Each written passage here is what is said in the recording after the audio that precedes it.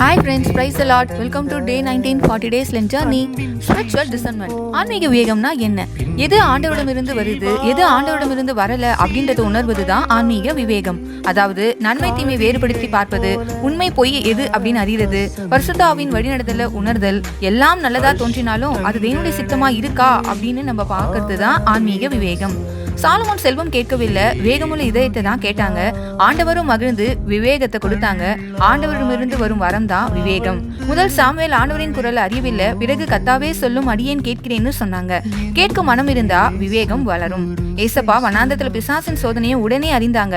வேதாகம வசனத்தால பதிலளித்தாங்க. தேவ வசனம் அறிந்தா நாம ஏமாற மாட்டோம். இந்த லென்டேஸ்ல விவேகம் ஏன் முக்கியம்னா, வேகம் இல்லைன்னா உணர்ச்சிகளை நடத்தப்படுவோம், தவறான முடிவுகளை எடுப்போம், ஆன்மீகத்துல ரொம்ப பலவீனமாயிடுவோம். இதுவே வேகம் இருந்தா நிதானமா நடப்போம், சோதனைகளை தவிர்ப்போம், ஆண்டவருக்கு பிடித்த பாதையில நடப்போம். டுடேஸ் பைபிள் வர்ஸ்: கர்த்தர் ஞானத்தை தருகிறார், அவர் வாய் நின்று அறிவும் புத்தியும் வரும்.